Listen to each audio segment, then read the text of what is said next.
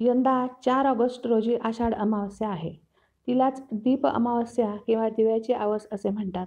या दिवशी देवघरातील दिवे स्वच्छ उजळून संध्याकाळी पाटावर मांडून रांगोळी काढून यथासांग पूजा केली जाते. या पूजेला कणकेच्या दिव्यांचाही नैवेद्य दाखवला जातो. तसे करणे हे या परंपरेचा एक भाग आहे. परंतु अनेकांना प्रश्न पडतो की हा दिवा दीपपूजेसाठी असतो की पितरांच्या पूजेसाठी?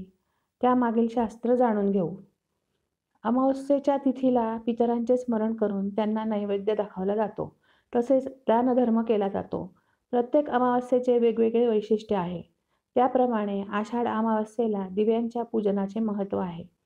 ही पूजा म्हणजे येणाऱ्या श्रावणाच्या स्वागताची जणू तयारीच असते.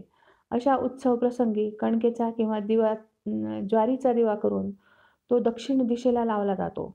हा दिवा दीपपूजा आणि पितरांची पूजा असे दोन्ही हेतू साध्य करतो.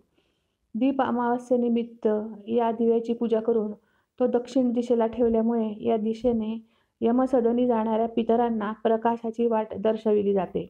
तसेच किडामुंगीच्या रूपाने दिव्यापाशी गोळा होणारे जीव ते कण खाऊन तृप्त होतात. हे अप्रत्यक्ष अन्नदानाचे स्वरूप आहे. हा दिवा गुळाच्या पाण्यात बनवल्याने इतका चविष्ट बनतो की नैवेद्य म्हणून तो जेवताना पाण्यात वाढला जातो. मनुष्याला सण वार एक वेळ लक्षात राहणार नाहीत, परंतु पोटातून गेलेला मार्ग जो सहसा विसरत नाही.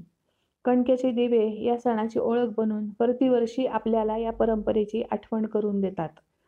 सर्वसामान्य घरातले लोकही या पदार्थाचा आस्वाद घेऊ शकतात.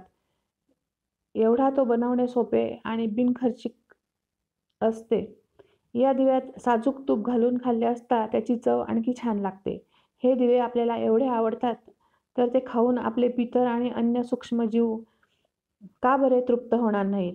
यासाठीच दीप अमावस्येला कणकेच्या दिव्यांचे प्रयोजन केले जाते. पाव वाटी गूळ बुडेल एवढे पाणी घेऊन गूळ पूर्ण वितळवून घ्यावा. 1 वाटी कणिक अर्थात गव्हाचे पीठ घेऊन त्यात चिमूटभर मीठ, 2 चमचे तूप कणकेत एकत्र करून गरज लागेल त्याप्रमाणे गुळाचे पाणी टप्प्याटप्प्याने घालून कणिक तिंबून घ्यावी. त्याचे पुऱ्यांसाठी करतो तेवढे गोळे करून त्यांना दिवा किंवा पणतीचा आकार द्यावा. एका चाळणीला तेलाचा किंवा तुपाचा हात लावून त्यात दिवे ठेवावे. एका मोठ्या पातेल्यात पाणी घेऊन त्यावर अलगद राहील अशा बेताने चाळणी ठेवावी आणि वर ताट ठेवून पातेले झाकावे. हे दिवे इडली पात्रातही करता येतात. जवळपास 20 मिनिटे दिवे शिजू द्यावे.